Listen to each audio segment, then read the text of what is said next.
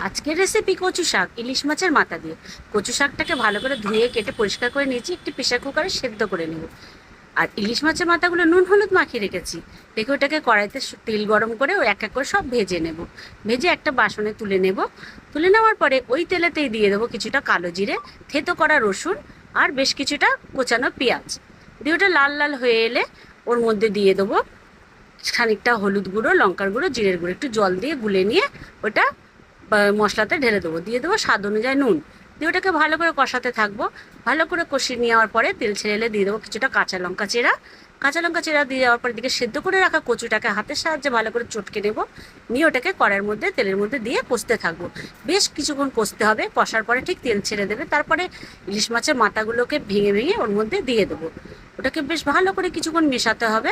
মেশালে দেখবে কি সুন্দর একটা কালার এসে গেছে। দিয়ে দেবো স্বাদ অনুযায়ী চিনি। কিছুক্ষণ নাড়াচাড়া করলে তৈরি হয়ে যাবে ইলিশ মাছের মাথা।